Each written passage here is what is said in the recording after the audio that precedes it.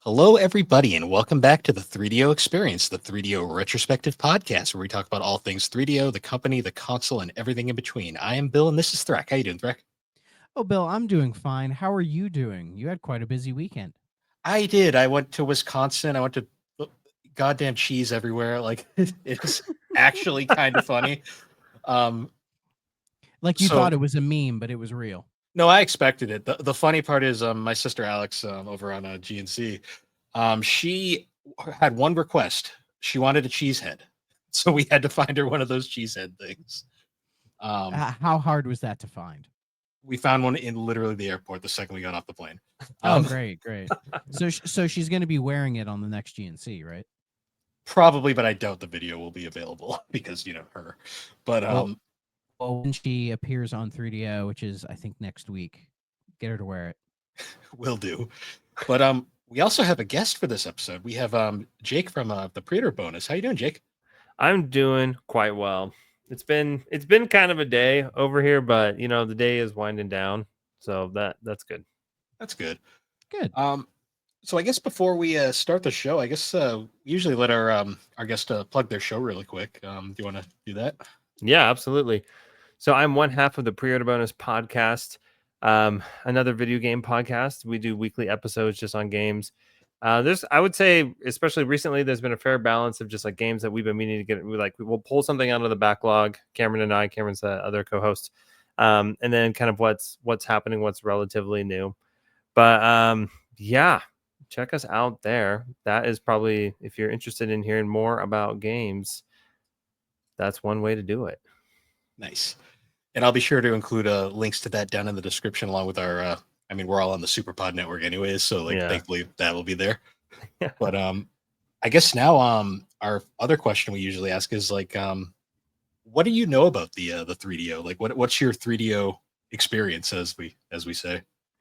My 3DO experience is extremely limited. Let's just put it that way.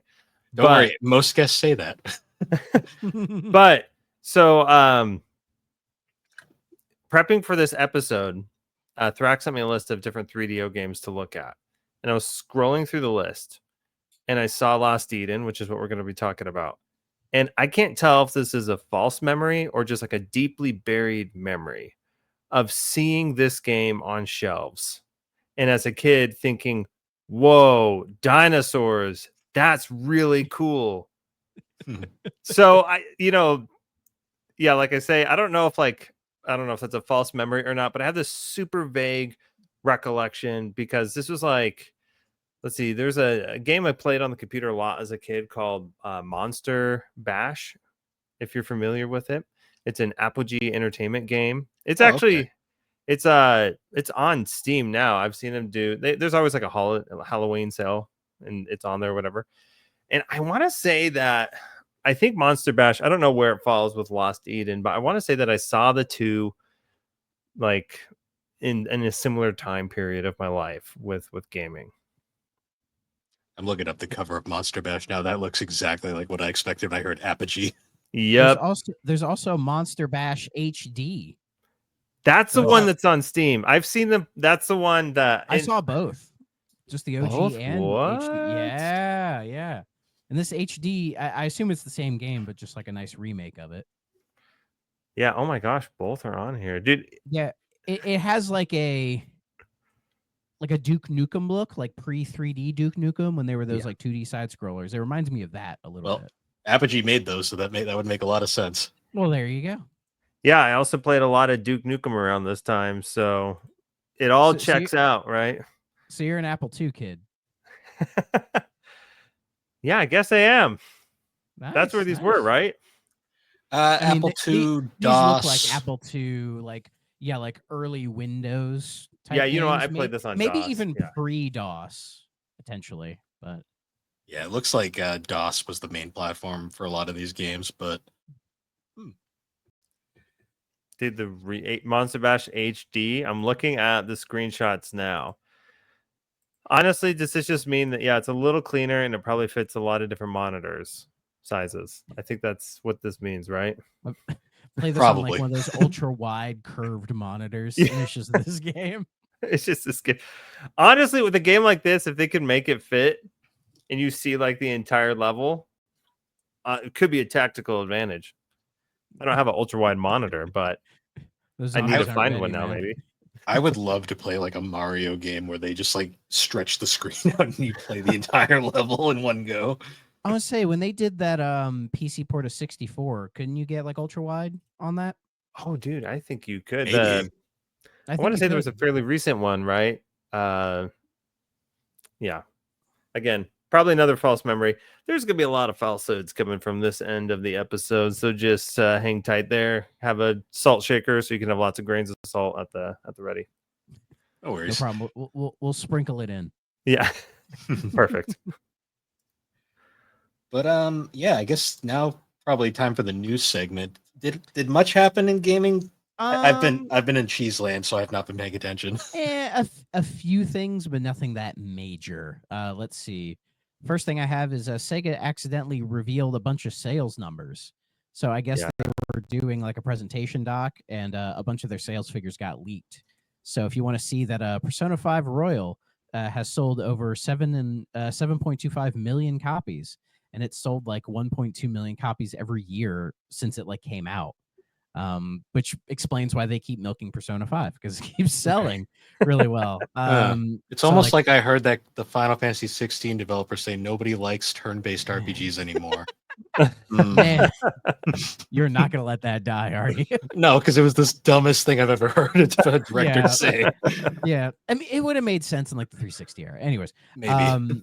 So they have that. Sonic Frontiers has almost sold 5 million units. That's actually pretty impressive. Yeah, let's see. Yakuza Like a Dragon's at almost 3 million. Infinite Wealth's at 1.6. Man Who Erased His Name is just under 1 million. We have Sonic Superstars at about 2.5. SMT5, including Vengeance, at over 2 million. Team Sonic Racing at 3.5, and even Total War 3 Kingdoms at 3.2 million. So I don't know if I'm disappointed that Sonic Team Racing outsold the Yakuza games to a degree. I mean, it's Sonic, you know. I know. Sonic's the big boy. It's a big seller. I know. It's just kind of like that one. God damn.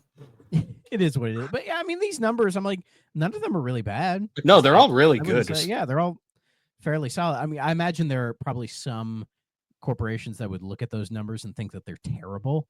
Squeenix. EA just gonna keep like Activision or whatever, right? Keep jabbing the knife while I'm at it. Yeah.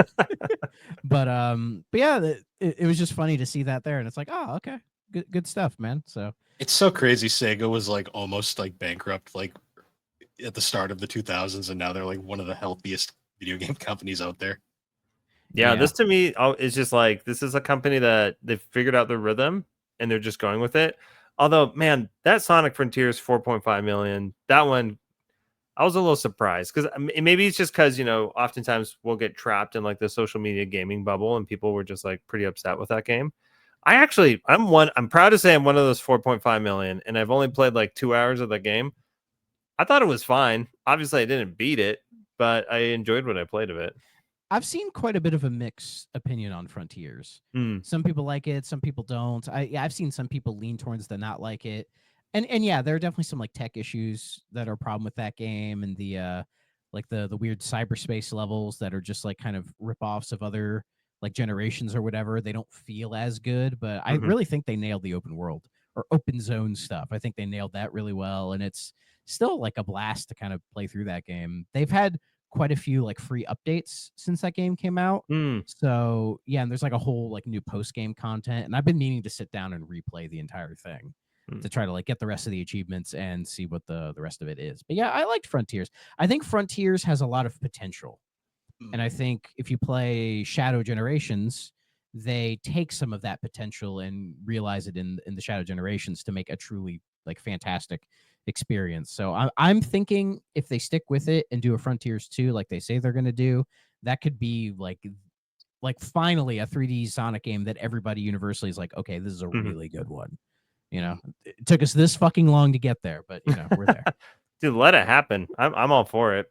It's almost like taking their time and actually putting the time into a game is working. Yeah, it seems to be working.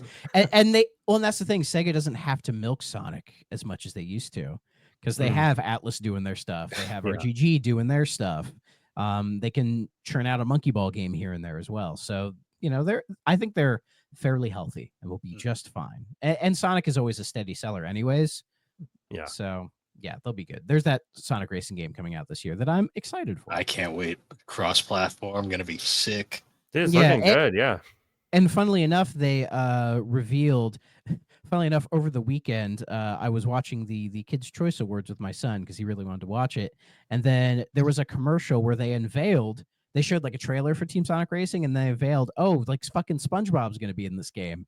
So they had like a whole trailer where like, I remember that. Like we're getting SpongeBob characters, we're getting SpongeBob tracks, we're getting like Ninja Turtles, we're even getting shit from like Avatar, like the last Airbender Avatar.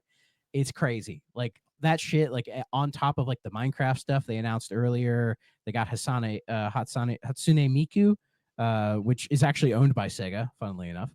So it almost is like, why did they call it Sonic Racing if they're having like all of this Sonic crossover stuff? Yeah.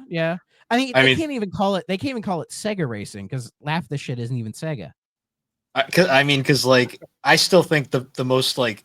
I love the game, but the most obnoxious name title ever was Sonic and Sega All-Star Racing. They could have just called it Sonic and All-Stars Racing. Or just Sega All-Stars. Transformed. Yeah, but again, or just Sega All-Stars Racing. Like SpongeBob isn't a Sega All-Star. I mean, I wish he was, but he's not. So popular brand racing. Why not, right? So it's funny that our boy Dre from Fine Time hates all this shit. He thinks it's really stupid. Like comparing it to say like Mario Kart World, how he didn't even like the crossover stuff in Mario Kart World.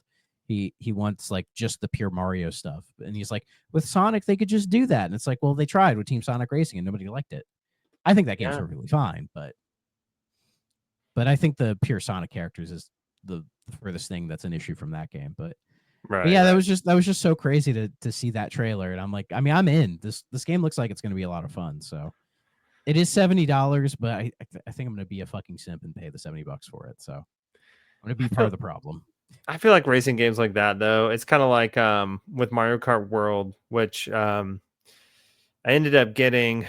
Well, we can talk about that if we really want to, but I ended up getting it, and it's like one of those games that was just like, man, I don't know, you could really just hop into this whenever you want, and it's going to be fun. Like I've been playing the crap out of that with my kids. We're having a blast. We're just sitting there doing little races. We're unlocking costumes, characters, whatever it is. I feel like those racing games like that, like because they're so easy to hop into and hop out of, it's really easy to just pick one up. Yeah, for sure.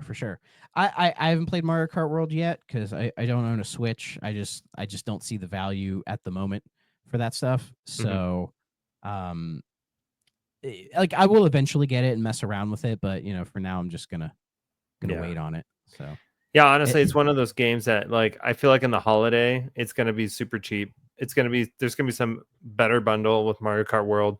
Although I can't remember who posted this in some Discord that we're in 1,000 of the same Discords.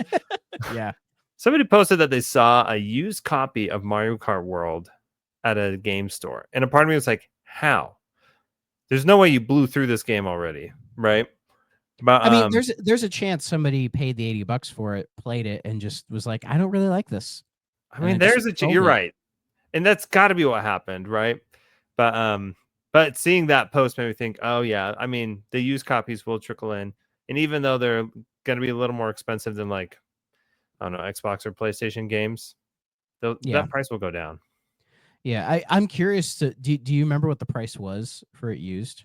Was it like $72 or something? Yeah, something like that. It was 70 something. That is very interesting, but it's just the way it goes, I guess. I think most people went ahead and bought the bundle just to save the money on it. Yeah, that was. But I've been seeing. But it's so weird how I'm seeing like I think it's Metacritic right now is pretty high, but I'm seeing like all these YouTube videos about people being disappointed by it. That they're like, I don't like Mario Kart World or whatever. I haven't watched all the videos, but the footage I've seen, I'm like, yeah, I could see why some people would be, because I think when they advertised that like that open world free roaming thing, like I maybe I was expecting they would have a little bit more like trying to say like, oh, it's their Forza Horizon, I think is unfair and not really what they were trying to do. But from what I've seen of it, I'm like, they probably could do a little bit more with it, but who knows? Maybe it's one of those things that like I booted up the free roam a few times. I don't know. It doesn't really do it for me. I don't think it's bad. Yeah. It's just not my jam. But my kids, dude, they freaking love the free roam. Between races, because they love going around and finding ways to unlock new costumes. And so sometimes I'll read criticism like that, and I'll think it's probably the criticism is valid, but at the same time, it's just question of value, right? It's like the free roam has a ton of value for my kids, and so I don't really care that it doesn't for me. But I get it. If you're buying Mario Kart World for yourself and you're hoping it's going to be Forza, and it's not, then or even like a Burnout Paradise. Because what I've seen, to me, I think it's really silly that you're out in the free roam mode, and then when you drive up to a track, it's not like, do you just want to do a race right now? And then you push a button to get into a race, like say like a Burnout or something. Like I think that would have been a nice addition. Yeah, at least, for sure. From what I've seen, so yeah. And I'm sure for our video listeners, yes, Bill, his Wi-Fi crashed, so he's trying to fix it at the moment. So we're just trying to kill time until it comes back. Because we cannot talk Lost Eden without all three of us here. I'm so excited, to be honest. Yeah, it was more interesting than I expected, but it was one of those I didn't really have any expectations. So yeah, and I think that was similar. Well, my approach, I guess, was a little different because I was like, dude, I swear I recognize this game from somewhere. Like, I swear I saw this game as a kid. But anyway, we'll save that. We don't need to get into it, right? Sure. I guess while we're still waiting on Bill, I'll just go to the next news topic. It's not a big one. We were talking about like Squeenix and Final Fantasy and everything. So like Final Fantasy 16 came out on Xbox not that long ago. And Yoshi P during a live stream, somebody he had just made a comment where he's like, "Oh, there's just Nintendo left." So I guess they were like hinting at potentially doing a Switch 2 port of 16, which I mean, sure. I mean, I kind of expected they were going to do that anyways with 16. My guess is, but the question is, will it have the worst performance of the three? Because it still doesn't run super well on PS5. Like it has the locked frame rate on Xbox, but they had to like really bump down the resolution for it. So for Switch 2, it's like, how are they going to figure that out? So I mean, who knows? My guess is that might be like a next year thing. Maybe they're I think that's a ways out. Yeah, probably trying to put more of their focus on getting 7 Remake out on everything, and maybe even just working on the final part of 7 Remake, just so they can finally be done with that shit and move on. Am I alive? Yeah, you're back. You're back. Okay. We bullshitted the whole time. Died again. All right. If I die again, just keep going. I'll get back eventually. That's what I say to my squad in Elden Ring, Night Rain.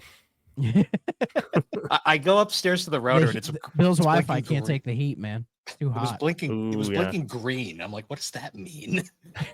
It means it's great. Everything's fine. No, green was like means go. I'm like calling Alex. I'm like, is your Wi-Fi out? She's like, no, it's fine. I'm like, oh. I'm back. You're fine. Thank God for StreamYards. It'll just keep going. I'll just disappear a few times, but whatever. Yeah, I didn't even notice because I'm too busy looking at VGC for all this. No worries. So what I miss? We were just talking about Mario Kart World a little bit, and then Yoshi P had mentioned in a live stream that they might be looking at porting 16 to Switch 2. Cool. Which I think is fair. So people might buy it there. They're probably more likely to buy it there for sure, but because Nintendo will forgive bad performance as long as the game is there. In any case, so that Gex trilogy came out, right? Yes, it did. Apparently, Limited Run has asked Nintendo to pull it from the eShop because it hasn't been working on Switch 2. And like I've seen a couple videos of people trying to boot up specifically Limited Run stuff. Like I think it's like Toomba, Gex, and there was another one that I don't remember, but like people were trying to load them up on their Switch 2s and they just weren't working. Like they were just getting like distorted images and just like black screens and everything. So I don't know what the fuck, like why those games aren't working with Switch 2, but my guess is they're eventually working on them right now. Mm-hmm. But that was just weird to see. So I wonder if it's the Carbon engine, right? that they? Yeah. It was the Carbon engine, which was made by a Modern Vintage Gamer YouTuber. There's probably no chance he's listening to this, but basically the Carbon engine is his like sort of all-in-one emulator that he has like made so that you could put just about any emulated game on it, and then it'll be easily portable to all systems. I wonder if because it was made before Switch 2, the Switch 2 doesn't like it. That would be my guess. Is that's probably the Carbon engine not really working well with Switch 2, so they're probably just working on that at the moment. So seems logical. I have seen a few people who are reacting to Gex for the first time, and I'm just like, oh man, they have no idea. Yeah, I was watching a Gertzman, and he was just like, nobody needs Gex, and he was like talking all the shit about Gex, and I'm sure part of it's a joke, but I'm like, I didn't think Gex 1 was all that bad. I don't know. See, most people don't talk about Gex 1. They usually talk about 2 and 3, especially. I mean, you're talking about all of them, so. Fair. I know 2 because he talks a lot more in 2 and 3.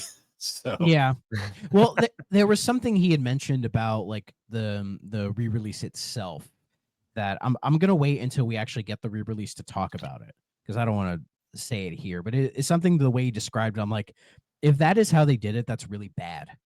But I'll save it for that. But anyways, but speaking of games not selling, third-party Switch 2 games have apparently not been selling well at all. The one that's done the most has done the best is probably like Cyberpunk, but there was one publisher saying they sold even below our lowest estimates, which is pretty shocking to a degree. But most third-party Switch 2 games have posted like really no numbers, and I'm like, some people are trying to make the argument that it's like the Switch 2, like the whole game card thing, that people thinking like, oh, the game card thing is really stupid. I mean, it is kind of weird when you think about it. But if you ask me what the problem is, it's a thing that I think is very common with Nintendo systems, and that's third-party games don't really sell well because Nintendo has convinced people, oh, if you want to play our games, you buy our system. And then if you want to play other games, we'll have some, but if you play it on something else, we don't care. That's been their mentality since the Wii, basically. So like Switch was really the first main console they had where third-party sales were really good.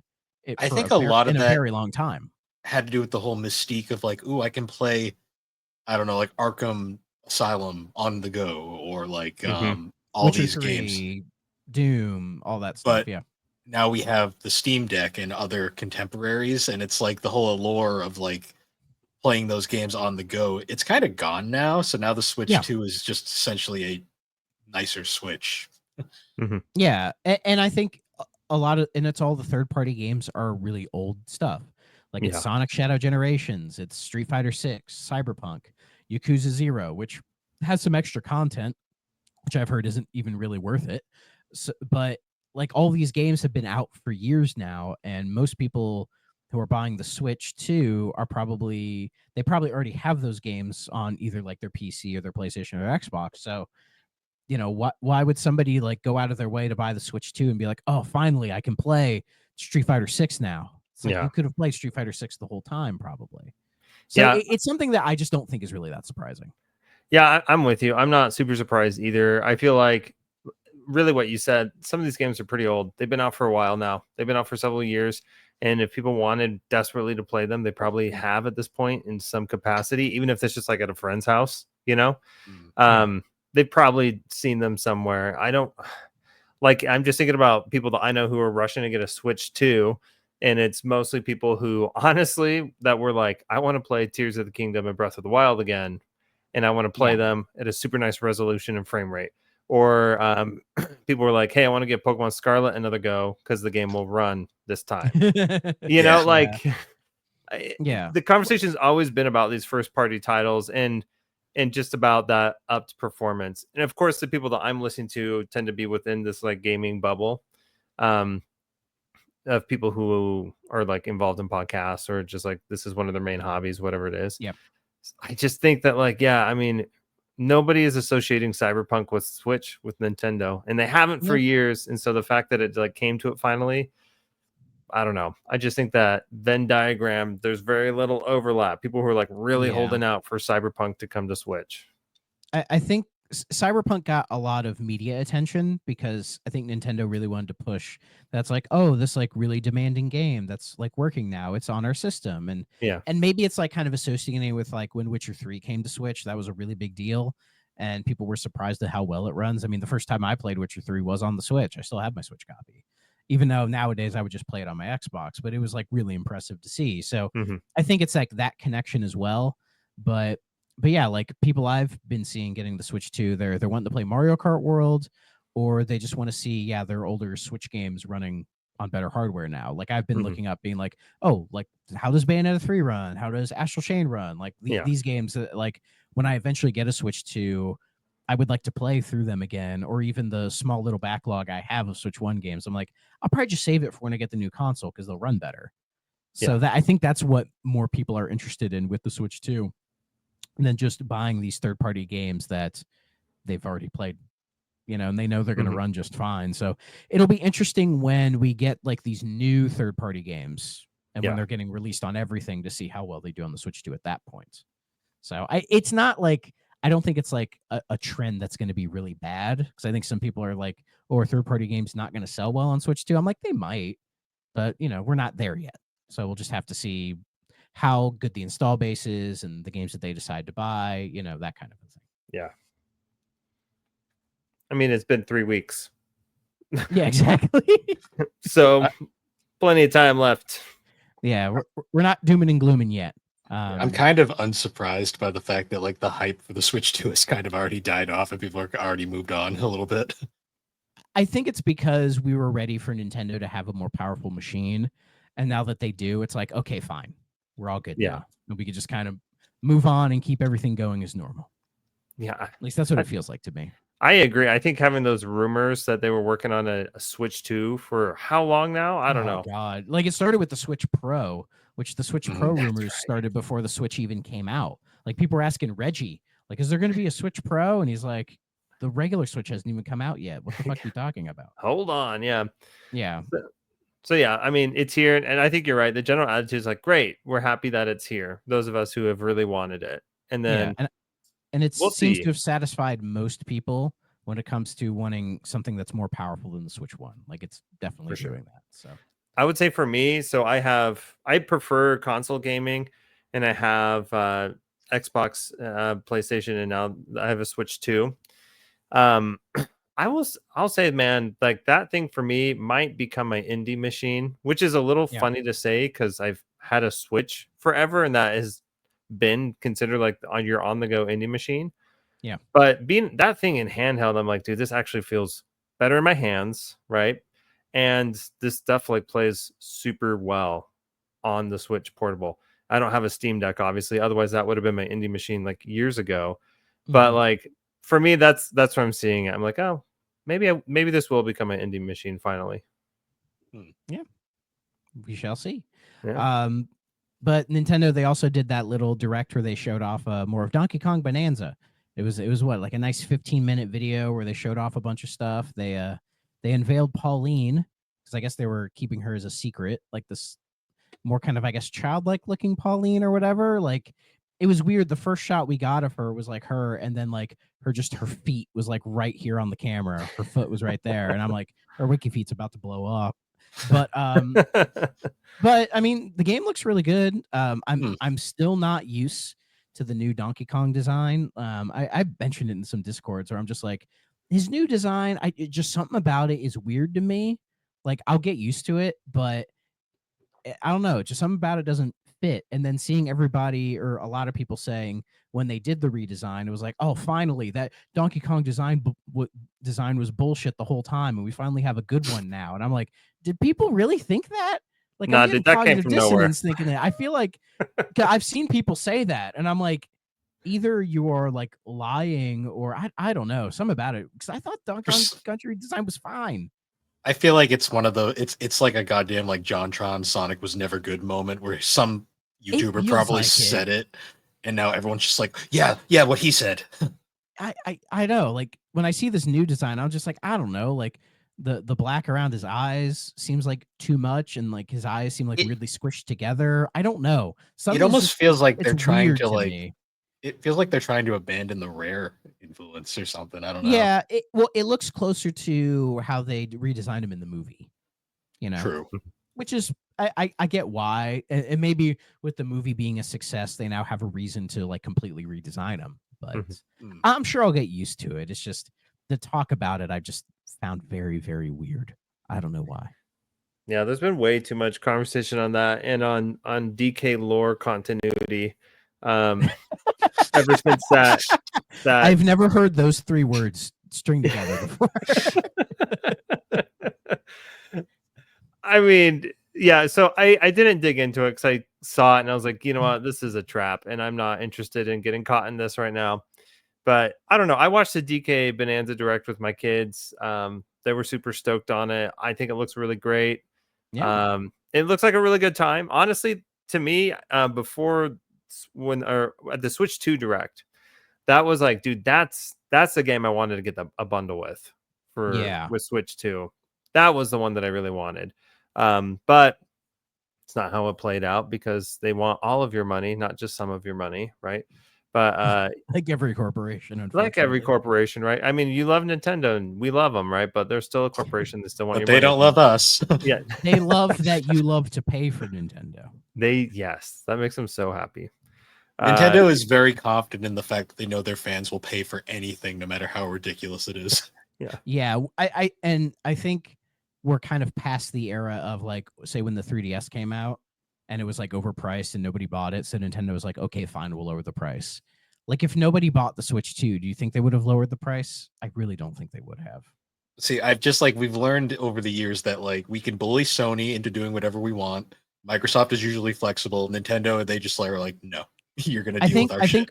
I think post Iwata, like in the Iwata era, like they were a lot more friendly about that. But it feels like now they are just not. They're much more like a faceless corporation now that just kind of does their thing. Yeah.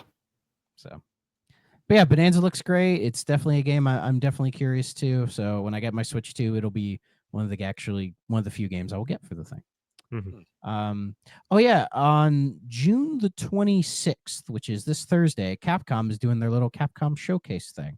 They're going to show off more of Resident Evil 9, nice. As well as Monster Hunter Wilds, some new stuff for Street Fighter 6, and Pragmata, which is that new weird like space shooter game that they announced like many years ago, and then it went away. I saw a video. I need to sit down and watch it, but somebody suggested that Pragmata might be a secret Mega Man reboot.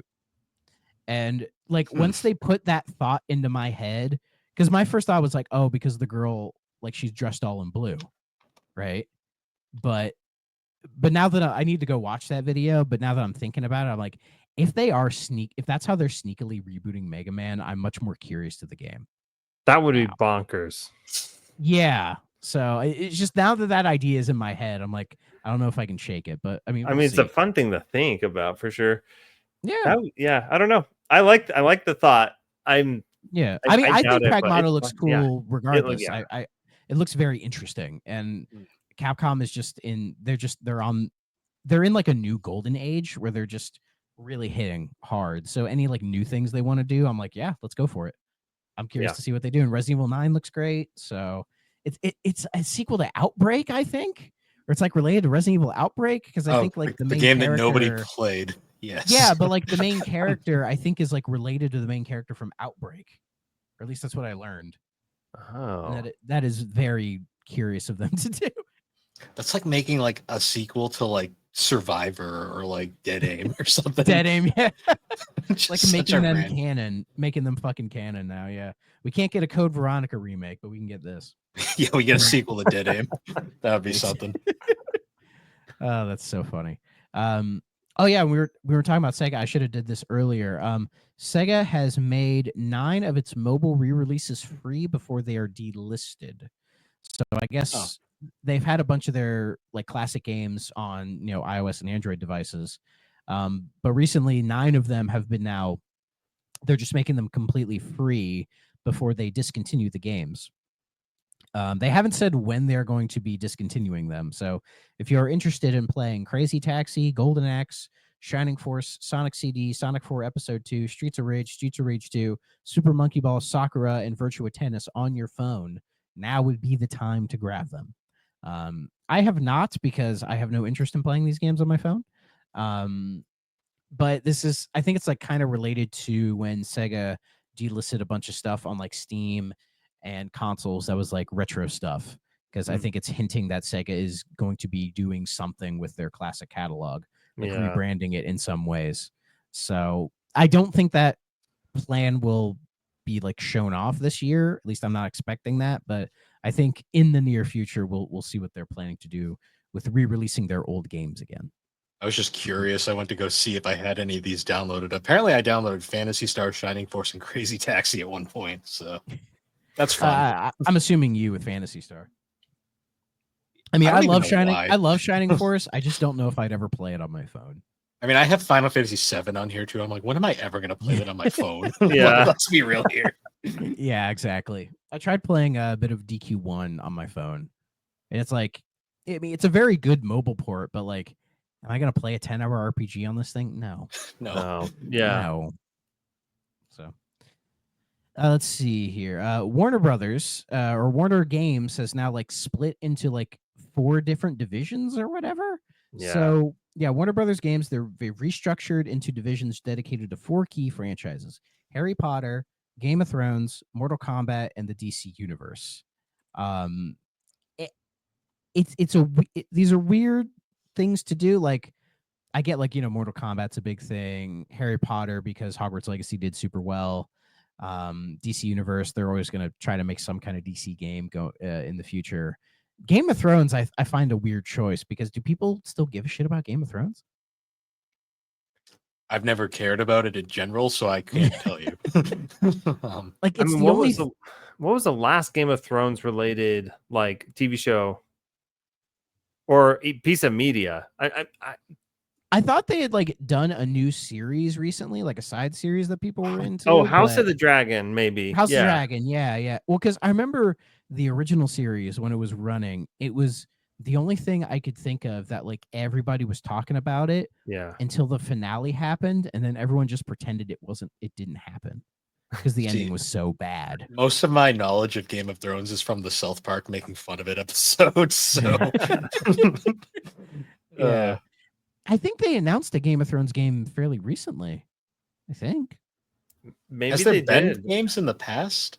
Yeah, they've had. Oh yeah, there's been Game of Thrones games before. They did like a whole Telltale series of games, and right. There's been like weird like RPGs and all this other stuff. Like, they've tried. I haven't played any of them, so I can't say if they're any good or not. My guess. I know when they announced the DC studio, all the Wonder Woman fans were pissed because they were like, "Oh, you canceled our game for this." Yeah.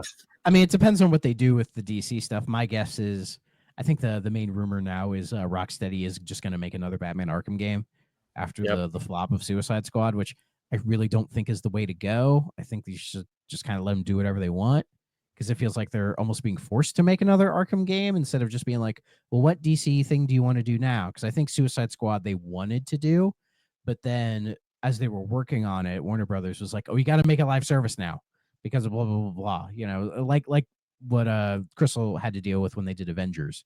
So, yeah, I don't know, but it's just weird. We'll see if it goes anywhere. I'm sure Mortal Kombat would be just fine, but that's the one I have the most hope for, to be honest. Yeah, exactly.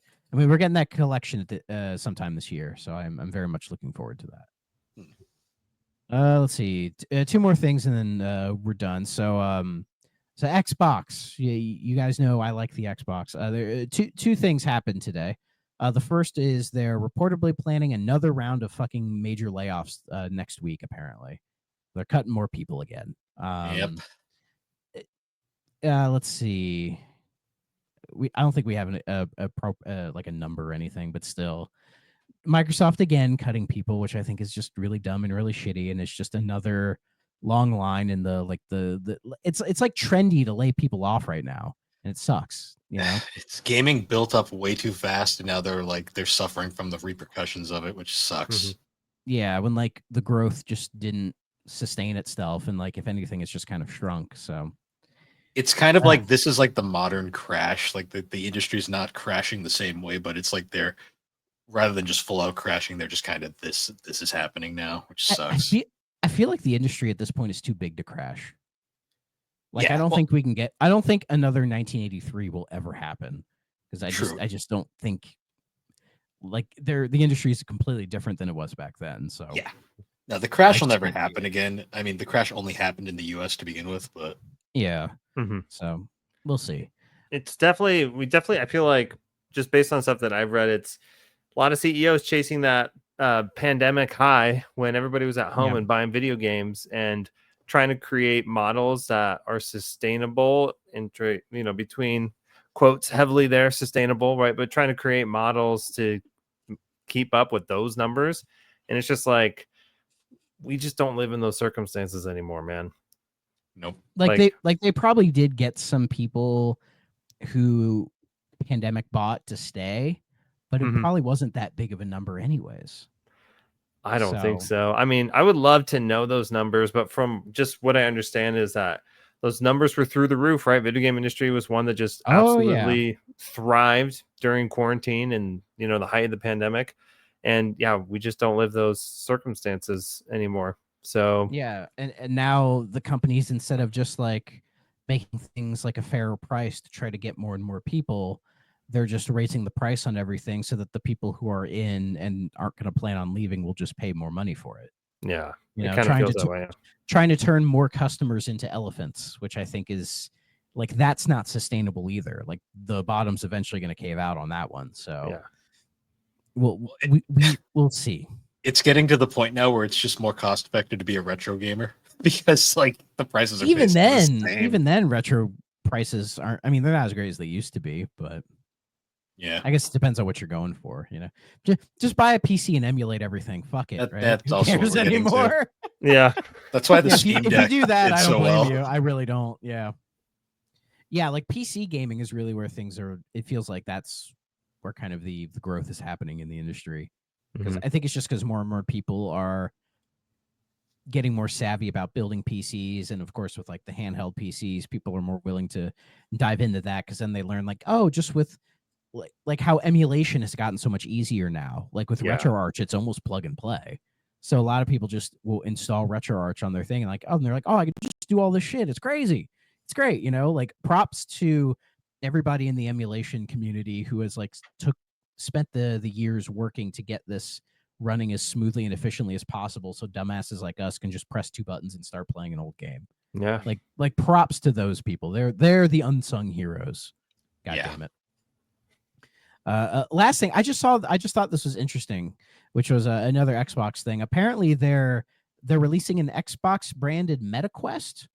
So it's like a MetaQuest 3S VR headset that I guess it's like, if you buy it, it comes with a limited edition Xbox controller, 3 months of Game Pass, and all that stuff. It's interesting. And I guess it has like integration with like Game Pass and everything.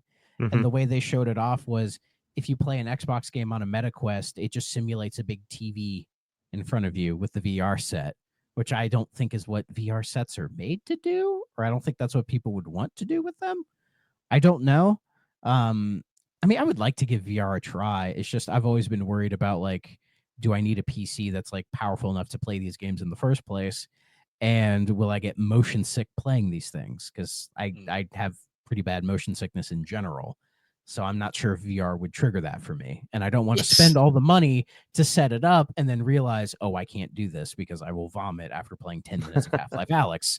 Like, I don't want to do that. So like, I've messed around a bit with like PlayStation VR. Like, I don't own one, but I've like tried them out. Yeah. It's cool. I don't like the idea of playing video games with a helmet on. That just never appealed to me. Yeah, they were touting VR as being like the future for so long, that now we're here where VR is a normal thing, and most people are just, nah. Yeah, most people are like, I don't want to have this stupid thing on my head while I play my video games. Yeah. No. It's still just too niche. I think it found its corner of the market, and it's not nearly as big as some people expected.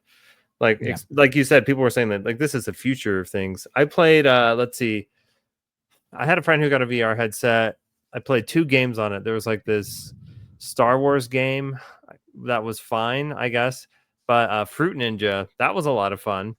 But it's still, like, at the end of the day, to me, just felt like kind of a niche gimmick way to play video games. Maybe someday it'll take off, right? It seems a little strange to me that Xbox is jumping into it, like what feels like this late in the game. But then again, it reminds me a lot of Kinect, where it's like they kind of just hopped in at the end of the train, and by then no one cared. Yeah. Well, I think it's just like they're just putting their like logo on just like a meta quest that was coming out anyways. It's a little bit similar to what they're doing with the ROG Ally, though I think that Xbox ROG Ally has more like proper Xbox integration in it. Yeah. I'm not sure how much this MetaQuest has, but it's part of their like everything is an Xbox thing, where they're just like, oh, you can play Xbox on fucking anything. They're like, as long as you're playing our games, we don't care where you play them, which seems to be their thing going forward, which I don't think it's necessarily a bad thing, but it's one of those we'll see where they're at in like 10 years. Yeah. To see if this really paid off for them. Yeah, I would say that the VR thing for sure falls in line with what their current push is right now. And hey, honestly, that might be what just works for them. If you can subscribe to Game Pass on MetaQuest, hey, that's another set of people that might just become, long-term subs to Game Pass, and Microsoft is totally happy with that. If you really want to play Sea of Thieves on a MetaQuest headset, more power to you. Yeah. The way I'm seeing it is obviously not counting Nintendo, because Nintendo's always going to be Nintendo. Yeah. The way I'm seeing it is the way gaming is going. I get a feeling in a couple of years, or probably the next generation, we're going to pretty much have the way you decide your console is literally just going to be, do you like this or do you like this? Yeah. Yeah. That's basically going to be it. Because when Xbox did the whole thing of like, oh, our next console, it's not going to be tied to a single store, and seeing all of the internet response around that has been very interesting, I think. But I genuinely think with the next one, like if they can pull it off, this like true console PC hybrid thing, if they can pull that off, it would be like, I think generational, and would be like that next big leap that like I think even PlayStation would have to be like, okay, fine, I guess we gotta open our shit up to Steam too. Like I could like if it works, I don't see why PlayStation wouldn't do it. I have a feeling Sony is, people like to give Sony shit, but I do think they are watching, and they're seeing how this goes. Well, they're putting more and more of their stuff on PC these days, and like Stellar Blade came out on PC and did incredible fucking numbers on there. Like I think it's their best selling like PC port that they've done so far. Which some people have attributed to the weird gooners, which is probably that. But even beside all of that, like it's done incredibly well. Yeah. And so Sony's taking note of that, and they're like, oh yeah, we need to do more and more of this. I didn't even you have that small pocket of people who are going to get really mad about it. I've seen some of those people, but I think for the most part, people are just like, yeah, do it. Who fucking cares? I just had that horrible thought of Stellar Blade on PC. Oh god, the mods. Oh, they're already there. Mods. The mods were prepped probably months in advance. They've already done the work. I believe it. I had that thought. I'm like, why would it do so well like that game? And I was like, oh no. I was like, oh no. It's weird how that argument hasn't gone away. It's like, no. like people are now like trying to be like, oh, are people really being this weird about like the Gooner people with this game? And it's like, I only think it's weird because the Gooners decided to make the game a fucking political statement. Right, if they're just gooning by themselves in the corner about it, I wouldn't give two shits. Which, to be fair, most of them probably are. There's just some weird. That's fine, but the vocal people are just, those are the ones who weird me out. Like enjoying this polygonal model somehow like is like going to save Western civilization or some stupid shit. I'm like, you all really need to get outside. Gamers gonna be gamers. That's all.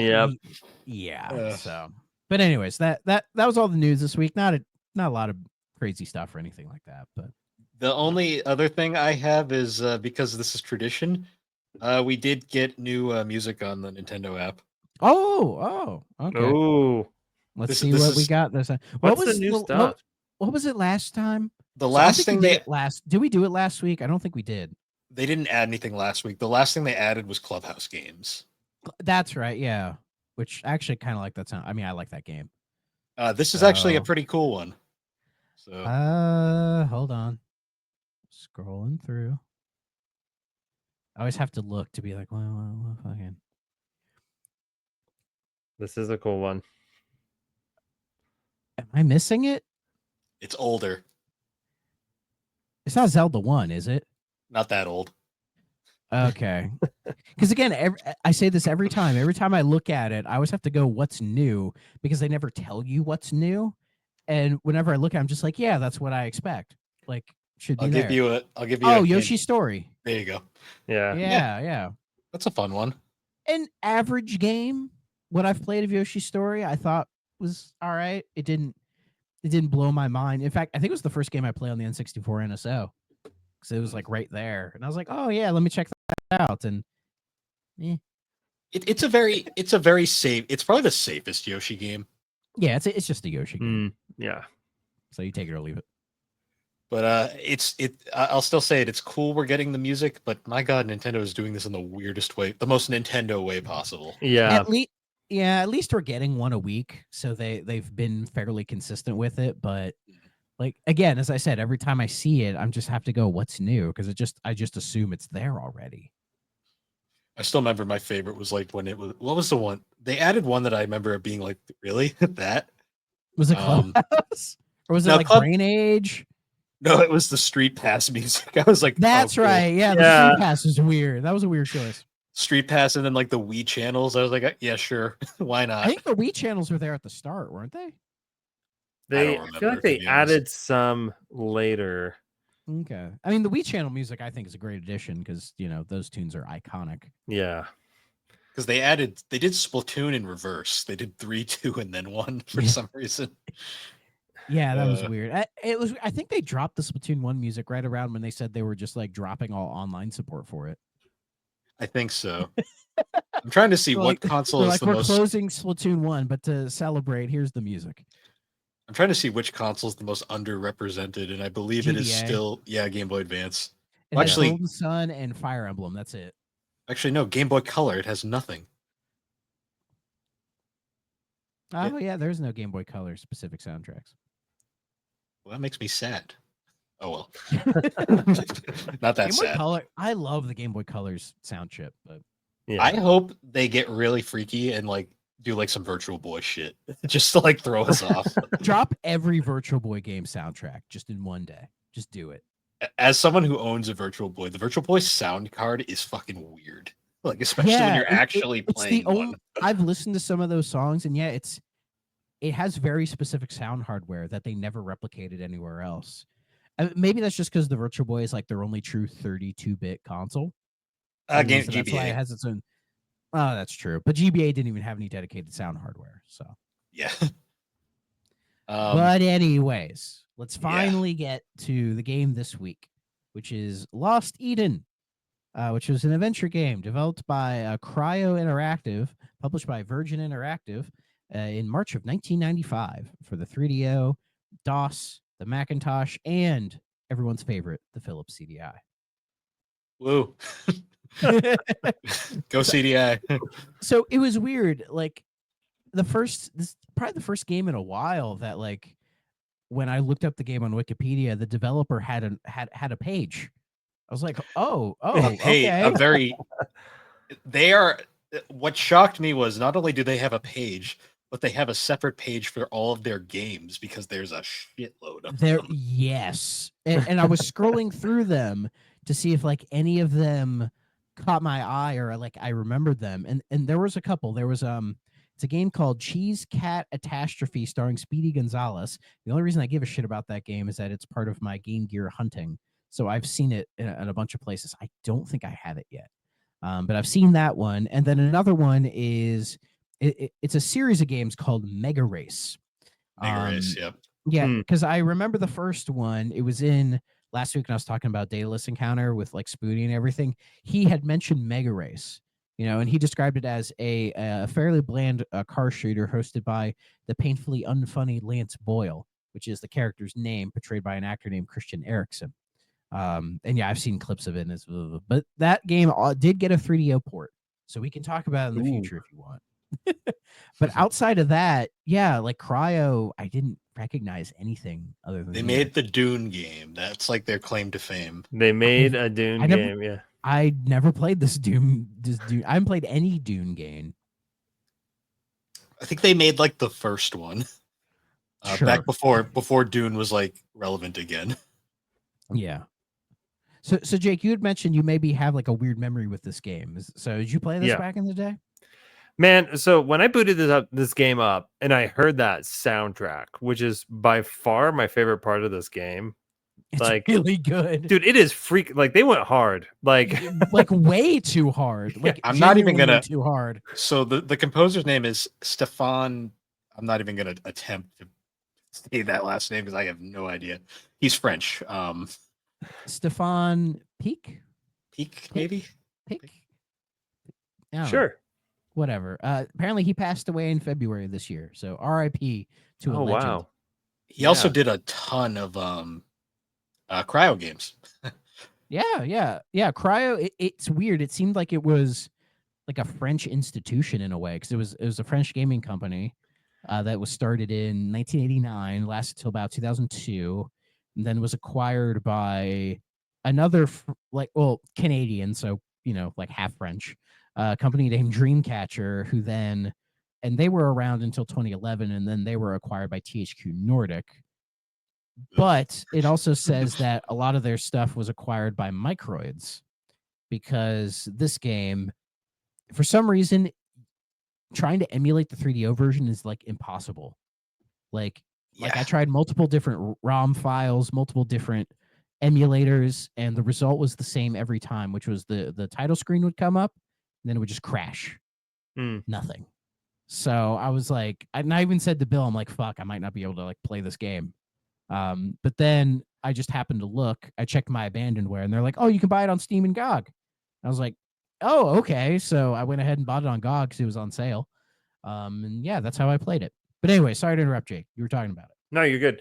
I mean, yeah, I booted up the game and that music came in, and I was like, dude, I don't know if I'm just having like a quasi-religious experience right now, or if a memory's being unlocked. Like that music, I was like, dude, whoa, what is happening right now? I'm not used to something like this in a game like this.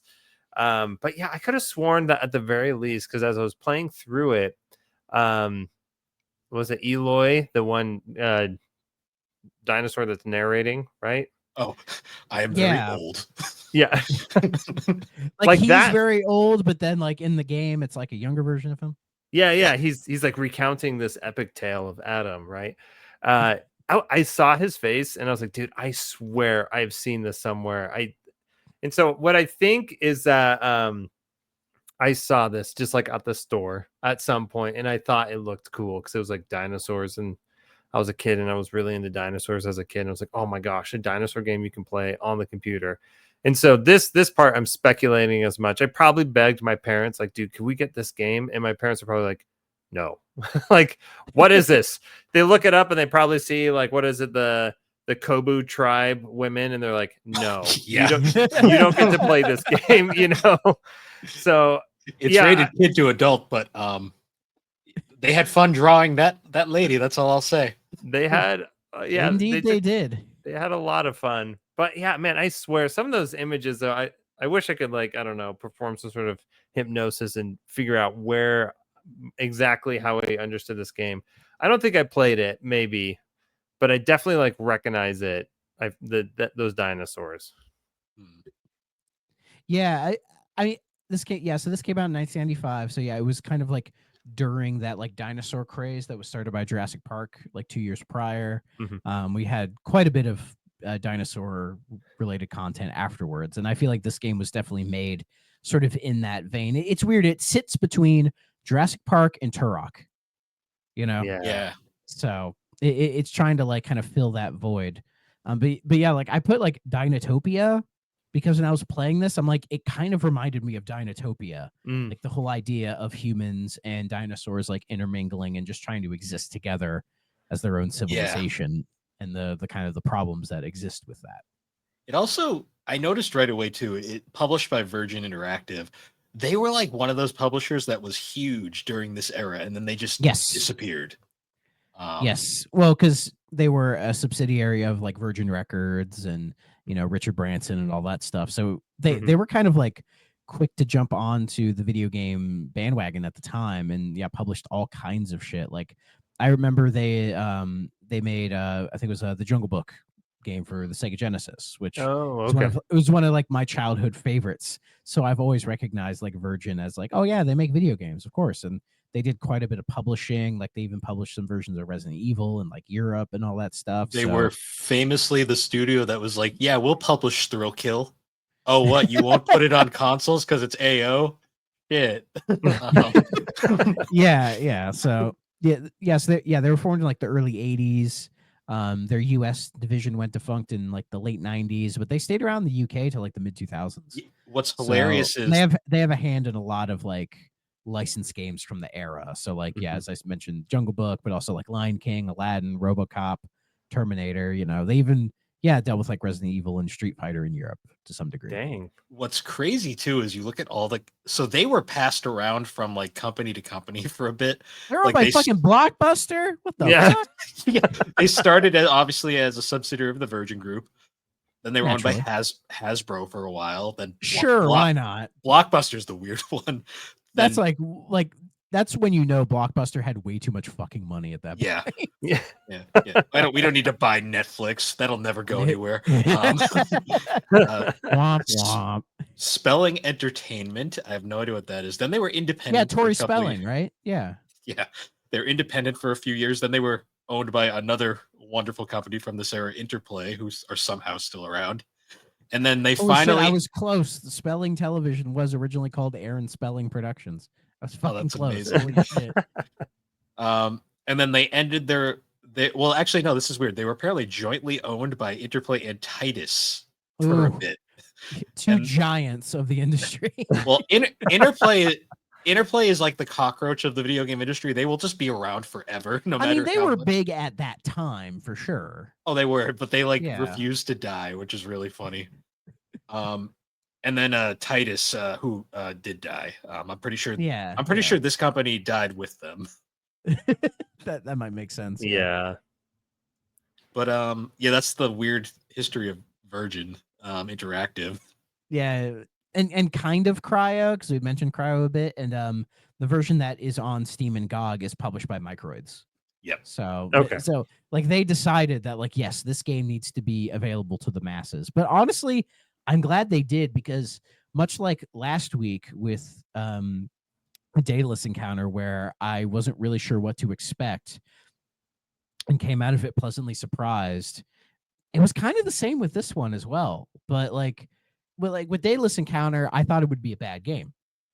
See, Daedalus we went into because we thought it was going to be stupid, it was going to be some like and then it ended up being really good. Yeah.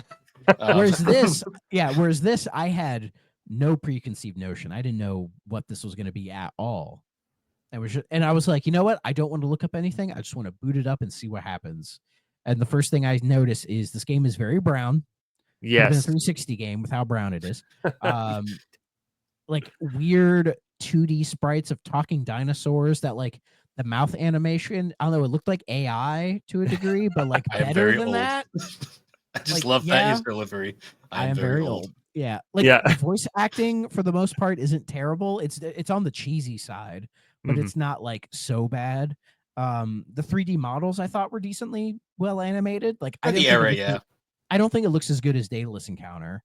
Like I don't think the art design is as like prominent, but I think it does a fairly decent job. And as like a point and click adventure game, for the most part, it's not as obtuse. This is the most beginner friendly adventure game I think I've ever played. It's up there for sure. I mean, I think like probably some of the Humongous Entertainment games are more beginner friendly. Those are different. Those are like meant for children. This one is kind of like that weird, like bridging the gap, like kind of game. Because like I went into this, I was like, oh, this is gonna be one of those adventure games where I'm gonna need a guide, and I'm like, oh no, I had a guide in the background just in case. But I was like, hey, let me just figure it out. And the characters do a good job of saying, oh, we need to go do this, or like here's this thing, take it, right? And then the game doesn't give you too many options. So when you do the adventure game thing of try everything with everything, it's not really that bad or complicated of a process to do.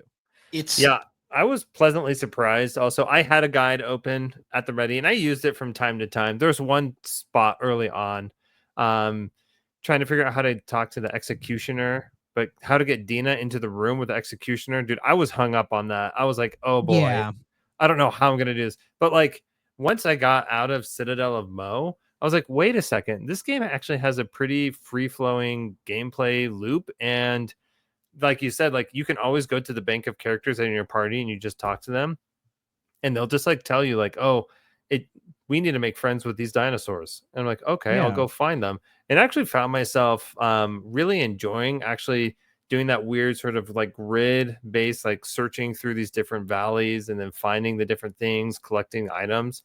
I was like, you know what? This works. Like, yeah, I don't know. It held up a lot better than I was anticipating. Yeah, it was like surprisingly open-ended, because when you get to like the first area, they just give you this big plane to look at, and you have like all these different options of where to go and what to do, and you interact with various people, and yeah, I was surprised at how like involved it was. And it's like it's made decently well. Like again, the soundtrack goes really fucking hard, and like the presentation wasn't bad at all. I'm not a big fan of Thug. Thug's a little weird. Dude, is it weird that like found apple, Thug happy? Like, yeah, Jesus Christ. Is it weird that I think the most boring character in this game is the main character? I mean, he doesn't do anything. Yeah, like he's squat. He just has that dumb like smirk the entire game. I mean, he's like the Avatar character, like in RPGs where your protagonist is a faceless, nameless protagonist. Well, he has a face and a name, but like he doesn't do anything. He's just the avatar for the player, basically. That's what they do. And I love, like, at any point in the game, you can just click on like that little bit where all the characters are, and you can just see kind of like the sitcom title card shot of them. Yeah. Kind of like glide through it, which I always thought was kind of cute that they did that. Yeah.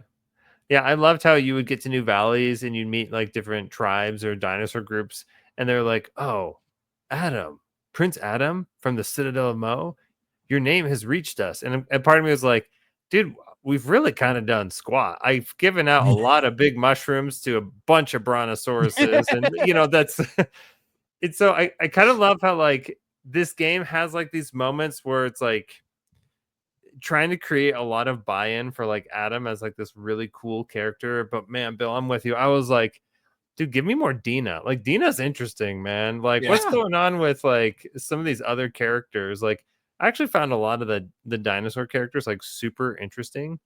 Yeah, for sure.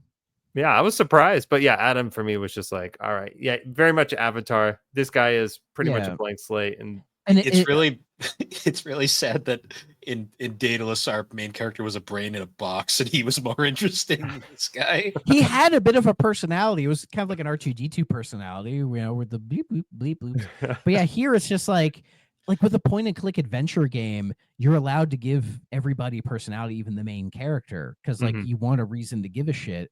And yeah, you just don't care about this guy at all. Like they give him Adam, which is just like a generic name. Well, I think it was supposed to be a play on like Eden. Yeah, I know what the name Adam implies. I do. You know what it kind of reminded me of too? Like this game, I got a lot of, not so much like exactly the same, but like I got a lot of vibes like with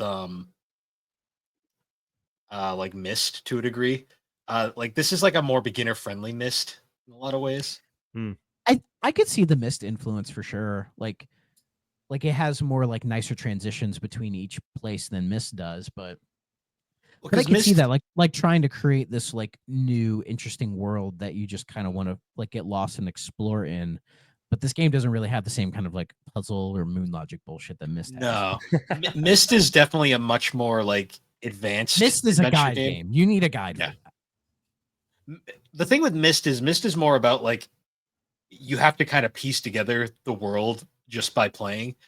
This game is very much more like it's almost impossible to fail at this game because the game really doesn't want you to fail. That makes sense? It is holding your hand, but not like in a Nintendo way. Like or in like a condescending type of manner. It's just kind of keeping you, it just wants to keep you involved in the loop. My guess is probably the developers played a bunch of point and click adventures and realized that like, people get frustrated because the game doesn't do a good job of keeping the player informed with the current objective and where to go next. So it felt like they made that a priority here. So like say when you're in the Citadel of Mo, like you're in there for maybe 20-30 minutes and then you're out. and then you're in the game, kind of a thing. Like it's like you don't have too many places to look.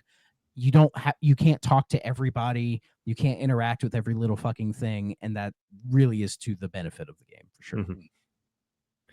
Yeah, I definitely agree, man. Yeah, once you get out of Citadel MO, I really started enjoying it. Just being able to cruise around, and I think kind of coming back to the hand holding, I felt like when you talk to characters. So, for example, at one point, you need to recruit the Velociraptors to help you against the Tyran, and there.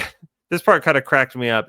I think it's one of the chiefs from, what was it, like the Uluru, which that one dinosaur pronounces like Uluru, which threw me off every freaking time. I was like, okay, I'm not reading it like that at all, but like whatever. Anyway, that guy's like, King. Oh, yeah. The Uluru guy is just like, oh yeah, they want gold, and I'm like, dude, these Velociraptors are just straight up mercenaries then, and like. That moment to me, I was like, okay, I haven't encountered gold and I don't know what to look for like exactly, but I know that I at least can go to these grids to try to find it. And then I went to my characters and I asked them, I was like, or I just talked on them. I spoke to them. And then I think it was Dina that was just like, oh, gold. We need gold for the Velociraptors. I'm pretty sure that's typically found near rivers. And so like, it was holding my hand. It was like, okay, you need to find like rivers and check those areas. But what I liked about it too is that like when I went to the river area, like there was nobody chiming in saying anything else. It was just the game fully trusted that I was going to explore the rivers thoroughly and look for something different in one of the river images. And sure enough, I found some gold and I picked it up and I could kind of move on. And then from there, I don't know, I just felt like it was really easy for me to memorize that. Like, okay, from here on out, when I need gold, I can look in this location. It'll take me not that long, like a minute or so to flip through these things. I find it and I know what to do with it immediately. So I just felt like the game did a good job of helping me store information in my brain. Yeah. It's not like modern games now where you have to go do an objective and it's always there in the corner. Like, oh, go do that thing, where it's like, I'll get there. I'll hang in there. Or if like you're solving a puzzle and you're maybe 1.196 seconds in and they already tell you a hint or how to solve it. And it's like, you can trust me to figure it out, guys. I'm not stupid. Yeah. So like this game, like it respects your intelligence, but also understands that it is like a fantasy world. So there are certain things it informs you on to kind of meet you halfway. But like with the voice acting stuff, I remember when you go in the Citadel, when you go to that guy you say he's like the executioner in the prison or whatever. Yeah. He's like, like he's talking really weird. And Dina's like, oh, I can translate that for you. Okay, he's just yeah. And it's like he's just saying like, hi, how are you or whatever. And you're like, that's what you got out of that? Yeah. He says like two things. She has this whole paragraph, I'm like, oh. Yeah. Or like, and she's like, he says that he has no use for the tablet that you're showing him. Yeah. I don't know why when I got to that thing, I just immediately thought of like Family Guy, like that joke where it's like, all right, Peter, we're going to give you these two voice clips. You're going to tell us whether it is Icelandic singer Bjork or Bobcat Goldthwait. And it's like some like weird like thing. And he's like, oh, that's got to be Bobcat. It's like, no, that was Bjork. No, it reminded. If anything, that voice reminded me of Frankenstein and Young Frankenstein. Yeah. Oh yeah. Like, it reminded me more of that. I can't tell if that was meant to be funny or not. It's hard to say. Was this meant to be a comedy bit or not? But like, even if it was, it doesn't hurt anything. You know what I mean? Yeah. No, and I think that's a good point to bring up.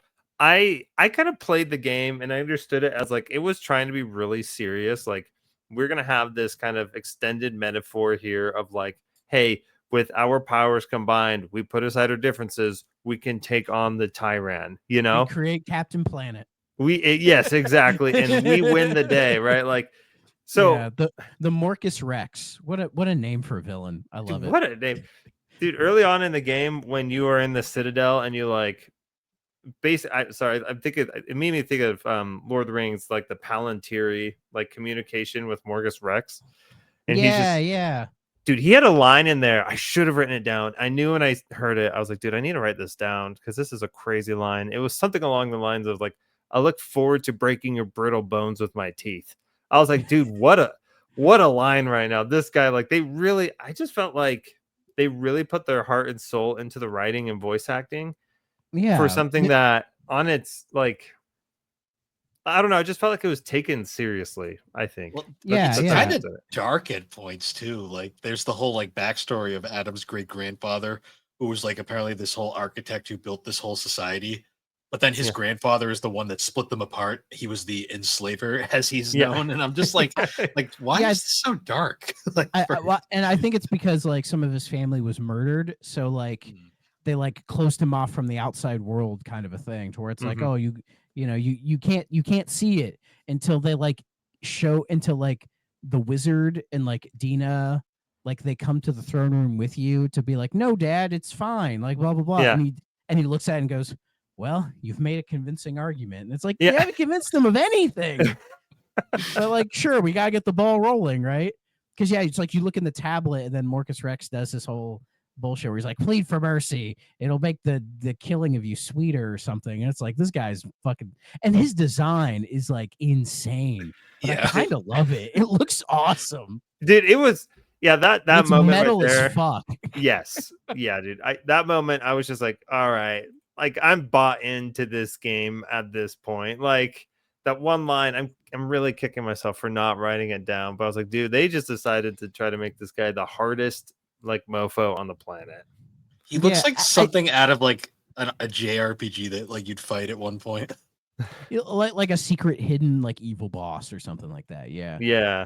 I think the seriousness is more of a tribute to like European game design, because I feel like American game design, I think it's just we naturally throw in a little bit of like irony or like satire. Like we all are kind of like, yeah, we know this is like kind of stupid sometimes, and I think that can definitely hurt games. But I think Europe is a lot better about like presenting things like no, this is like legit. You just have to, kind of meet it halfway. And I think even Japan's pretty good at that to an extent, but sometimes they go so far out that it kind of comes back around and becomes silly. But I just think like American game design really, sometimes we just can't help ourselves and make things like funny and goofy and jokey. Like sometimes we just can't help ourselves. So like there's a big difference between the humor in this game and then say like I keep bringing up Dalidus, but the freaking drinking out of the toilet scene. Yeah, that's not a European joke at all. Yeah. It was legitimately funny. Yeah, but credit to Daedalus Encounter, like for the most part, they do take it seriously. Like there's winks and nods here and there, but it's not bad. But like Lost Eden does not have any winks or nods at all. But I kind of respect that. I think I walked away. They believed in it, Yeah, I walked away with that same feeling of like I feel like the pitch for this game on paper, like if I were to read it, I'd be like, nah, dude, like back to the drawing board or whatever. But like stupid. Like just on paper, it just seemed like a little, I don't know. I'm sure probably, I guess for me, it just seems like a little too far out there. But the fact that they're just like, you know what, just go with this logic. It's a fantasy story.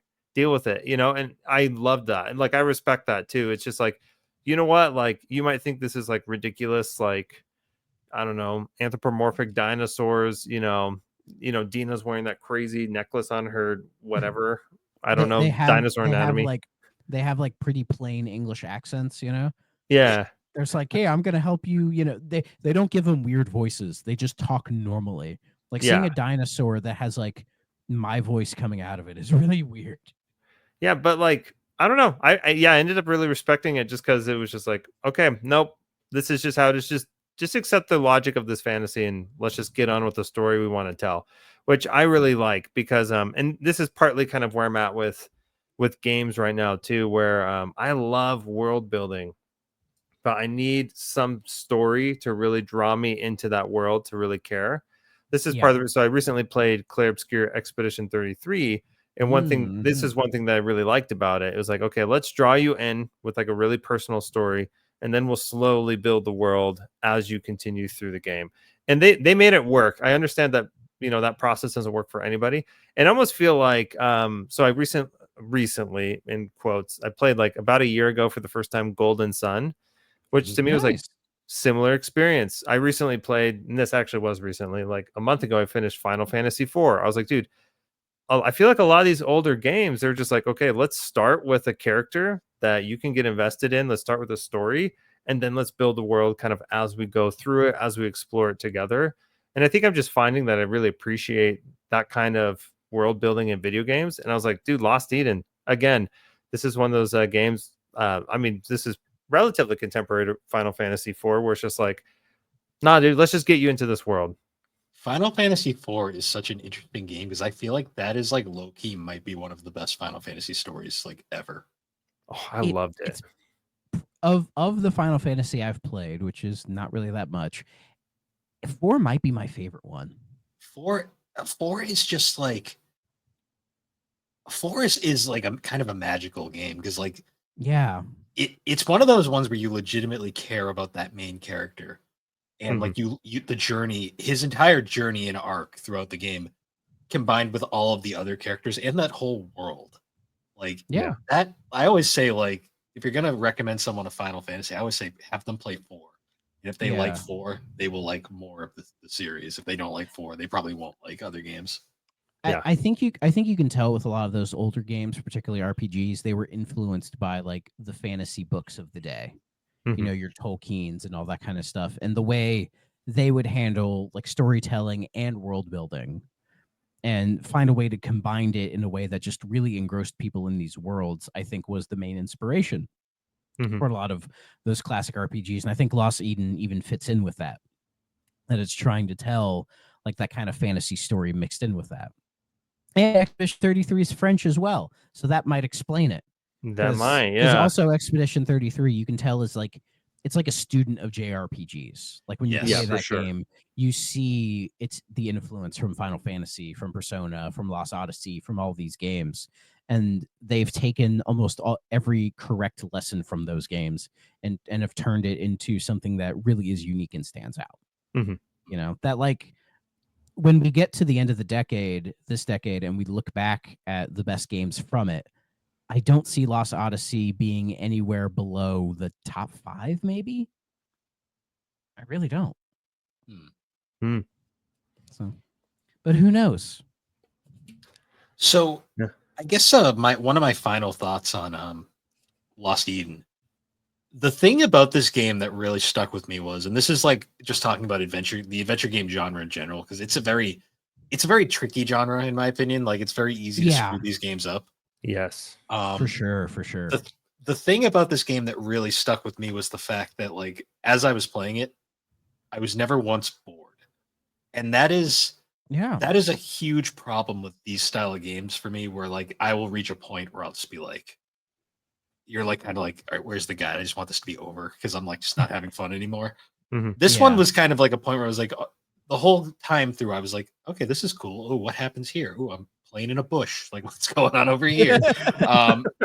I think that's a tribute to the writing, because the writing is really good and consistent, and the pacing is really important. You know, like the idea of respecting a gamer's time, you know, which I think is something that not a lot of people think about, but I think this is one of those games that definitely respects your time.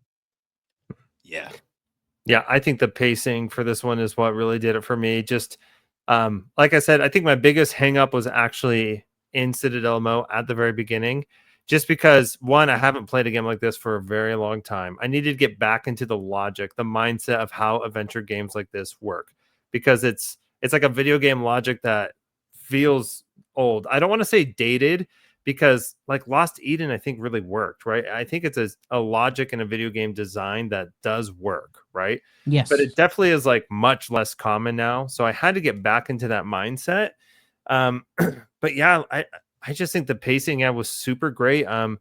Just getting his name is Eloy, right? Or the dinosaur is always going to get news for you. He would come back and he's just like, hey, this thing is happening in this near the citadel that we built. And then it was just like, oh, okay, I can go do that. And then you would just go and do that. Or they're just like, I just felt like the objectives there were super clear, but there was just enough flexibility for you to just like, well, before I go do that, I kind of want to hunt around a little bit over here. And so what I ended up doing, like up into the first half of the game, was just like, well, I know I'm going to need a bunch of big mushrooms because I'm going to run into a bunch of brontosaurs. Or like, hey, I guess if Thug gets me an apple, that might be a way to find this like new dinosaur tribe. And so I would just spend that time kind of collecting and then moving on. But like narratively, there was always something happening. And even though it may have felt urgent, it never felt like it took away from how I wanted to make my way through the game, if that makes sense. Yeah. So that to me, I thought was just super impressive. Just like, okay, there's always stuff to do. And once I understood, like, okay, these are probably the items I'm going to need to find before I do this event, I'll just take a few minutes and hunt them down, and then I'll go over there and see what's happening. Yeah, totally. So I was actually looking at the reviews for this game just out of curiosity, and I love looking at like retrospective reviews for older games and like what people thought back in the day. This one is fun because we actually have a set of reviews for the PC version and the 3DO version separately. Oh, whoa. Yeah, I don't think any of us played the 3DO version. Is that right? You all play the PC version? Yeah, I played it on Steam. I played it on Steam. Okay, yeah. I'm curious too if the 3DO version, like any differences between it. But so what's interesting is looking at the reviews, like for the PC version, like All Game gave it 4 stars out of 5. Next Generation gave it 3 stars out of 5. Computer Game Review gave it a 91. CDI apparently reviewed it at an 89. Because I guess CDI reviewed their own games. Cool. I mean, if you look at that CDI library, this probably stands out as one of the best fucking games for it. Yeah. Yeah, but most of the reviews just basically, this is kind of one of those games that seems to be very acclaimed for the time, and like people who played it really enjoyed it. I see why. I really do. What's interesting though is, so Next Generation notably gave the PC version only 3 out of 5 stars. They gave the 3DO version 4 out of 5 stars. Whoa. Which is interesting. And EGM gave it a 7.625 because of course they did. I hate that they did that. I know. Reviews for the 3DO version were mostly positive. Pretty much everyone unanimously praised the pre-rendered graphics, the full voice acting, and sharp full motion video cutscenes. Full motion video quotation marks there. Yeah. There's no real people in this game. But I'm looking at a YouTube video of the 3DO version, and compared to the PC version, it's pretty like 1-to-1, I would say. So that might be why it got high praise, because seeing like the idea that this is running on 3DO is like genuinely one of the most impressive things on the system. Yeah, and all the reviews are like super glowing. Like, it's interesting too because this didn't come out like. At first, I was thinking maybe this game predates 3DO a little bit, and that's why the 3DO version is solid. But I'm like, no, this game came out like towards the end of 3DO's lifespan to a degree. But I guess like it was just optimized well enough because the 3DO, for what it was a fairly powerful system for the time. Ironically, its 3D capabilities were probably its weaker aspect. Yeah. Depending on who you ask and who the developer was, but I'm honestly really impressed that the thing with this show, and the more and more we go through these games, is I am more and more impressed by like the random gems we've discovered that are like, we go in with zero expectations and come out being like, holy crap, this was a good time. I feel like it took us a while to get to this point where we're actually like finding some of the gems, because we've played some absolute dog shit on this show. We did. We also we also took out a lot of like the obvious choices very early on. Like we did our Need for Speeds, our Road Rashes, our Gexes. Yeah, and those kind of set high bars because a lot of those games are still fantastic. Because like early on, I'm thinking like hidden gems, and I think our earliest hidden gem was probably Icebreaker. Like that was just a really cool puzzle game. But now that we're really kind of digging into like the really obscure stuff, like we're getting cool games like this, the Daladus Encounter, Monster Manor. Hell, even Twisted was a pretty cool time for what that is. Well, we always reference Twisted. But my question is, how does Lost Eden hold up to Cyberdillo? Ooh, that's tough. That's real tough, man. Oh God, I was not prepared for the hard-hitting questions. Yeah. Well, there's not enough. I will say, soundtrack-wise, No, am I kidding? This game suffers blows that out of the water. The only thing about Lost Eden I didn't like was the cursor, like the way it's like constantly rotating. Oh, dude, that drove me. So I have to spend way too much time going, what am I doing? Am I going forward? Am I going left? Like, what the fuck am I doing? Yeah. Like that's the one thing that I'm like, that's really stupid. That was artsy fartsy for the sake of being artsy fartsy. Yeah, yes. I'm glad you brought that up because sometimes I would like hold the die, I guess that's what it is, right? Like over something, and I'm like, wait, do I have an eye icon or an arrow right here? And then I'd like move it. But if I like move the cursor too fast, like I would think I got an eye somewhere, and I'd like go back. I'm like hovering, circling, like, okay, what is it? Can I interact here?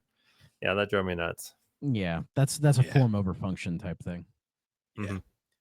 But in the long run, it was probably only a minor complaint at worst. Yeah. So yeah, it was the only thing I could think of to complain about with the game. Yeah, like it was just honestly a really solid time, and I guess that perfectly leads into our little must play, stay away segment. I'm gonna just flat out say this is a must play on the system. I'd say.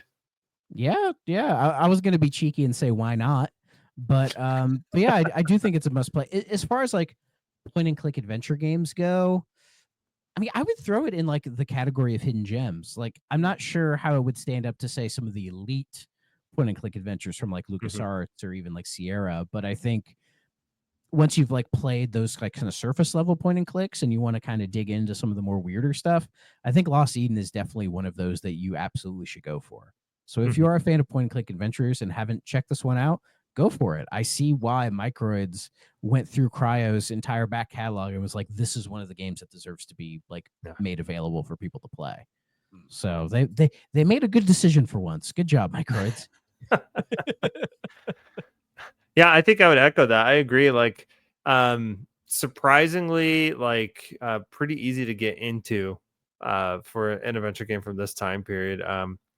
Like I said, it's been a long time since I played one of these. It took me a second to get into the mindset, but like, even like coming back to a game like this, like there was plenty to do and plenty to really enjoy, and it did a good job of just kind of explaining how to play the game and how to get through it. It was refreshing how enjoyable this game was, I'd say, and almost modern in its own way. Like it's aged decently well. Yeah, I feel like they could have put this out as like a little indie thing on like the Switch or something, or just on Steam, and it would have done well. I mean, it is on Steam. Well, if it was modern, like came out yesterday or something. Yeah, for sure. Yeah, like if they made a game in the style of Lost Eden, I think it would get a following for sure. Yeah, for sure. But yeah. So Lost Eden, that's another. We're on a roll, Luv. This is like I think we've had like 3 like must plays all around going. Yeah, we're hitting. It's eventually going to fall out from under us. Well, yeah, we'll go through another period where we just play a whole bunch of crap. Yeah, we're not good at pacing out the good from the bad. Well, we go into certain games thinking like this might be fun, like Cyberdillo, and then we go, no. Yeah, I think it's better when we go into these games with no expectation. Be like, hey, let's just see what it is. Well, the thing kind of go from there. The thing about Cyberdillo that drove me nuts was we played that one thinking this might at least be dumb and funny, but no, you played and you're just like, what? Like the entire time you're playing it, you're just going like, what is this? Like what? It wasn't even enjoyable at all. It was just like, it's like probably one of the best video game definitions of nonsense. Like, yes. Like I felt like an old man. Like this is just a bunch of noise. Yeah, like there's nothing here, man. Like it's bad when I'm like thinking like I'd rather play Petanque because at least Petanque is sort of interesting. Petanque has its moments for sure. Again, if Petanque got like a modern remake, I would like to see a modern indie dev take on Petanque, like the idea of Petanque, like a modern version of it. I think it'd be good. A pinball game where you get to play as the ball. or maybe that's what fucking Nintendo should do. They make a Waluigi pinball game where Waluigi is the pinball and he has to get out of the machine. There you go. Dude, that's $1 million Waluigi game. That's $1 million idea, dude. That's great. Okay. to be honest, Nintendo could make like a Waluigi game where it's literally just him flipping everyone off the entire game. And people would still buy it because it's the Waluigi. That's game of the year. That's game of the year. Fuck Expedition 33. It's Waluigi fucks you. That's a $100 million idea right there. Best selling game of all time. Move over Minecraft. Right. But yeah, so that was a fun one. Yeah. I guess before we wrap up, I'll give Jake another chance to just like shout out all his stuff or any like projects you got going on. Sure. I am a very busy person. Unfortunately, I don't choose this life; it chooses me. I guess that's which is true of all of us gaming podcasters, right? Mm-hmm. No, yeah, you can find me primarily at the Pre-Order Bonus Podcast. I'm pretty active on my personal account on Blue Sky. If that's your social media of choice, that's where I am at. You can catch me part-time streaming at twitch.tv/chiptip18, and then I also run a mini series called Indie Impressions, where every week I talk about an indie game that I've played for about 30 minutes. And yeah, that's all the stuff that I am doing. Yeah, I hope to see some of the people who listen to this episode around in some other places. It's been a ton of fun being on here. I'm glad we got to talk about this game. And whether or not this is a game that I actually recognize from my childhood, I think I'm just going to start believing that it was, so I can add street cred to my gaming persona. Yeah, guys, people on Blue Sky will be really fucking proud. Notice me on Blue Sky for having recognized a game from 30 years ago, please. Nice. But yeah, anyways, guys, once again, thank you for joining us on the 3DO Experience. You can find the 3DO Experience on all the major podcasting platforms, particularly Apple Podcast and Spotify. And be sure to check us out over on the SuperPod Network. That is superpodnetwork.com, an awesome site where you can find a whole bunch of different podcasts, videos, blogs. We wrapped up a series on PlayStation games a while back, which was really fun. I believe we all contributed to that. Mm-hmm. Oh, yeah.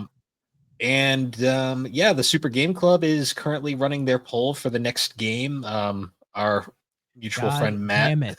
God damn it, Matt. He's going to finally get us to play Legacy of Goku 2. God damn it. You're going to make me play a Dragon Ball Z game, you ass.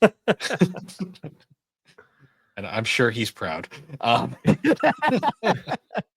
don't hate Dragon Ball. I just like being that shithead. He's been trying to get that damn game voted for like 3 voting sessions now. I'm like, at this point, just let him have it. So we can play it. I didn't vote for it. I voted for like the one non-Dragon Ball Z game. What is the list? Let me see if I can find it. It's Dragon Ball. I voted for Kill It With Fire because I'm like, that would actually be a fun game to play. Oh yeah, that would be. It looks good. Yeah, but it's not winning. God damn it. Can I stuff the ballot box? Please don't, because it'll just keep coming back. Fuck, I would have chose Fable 2.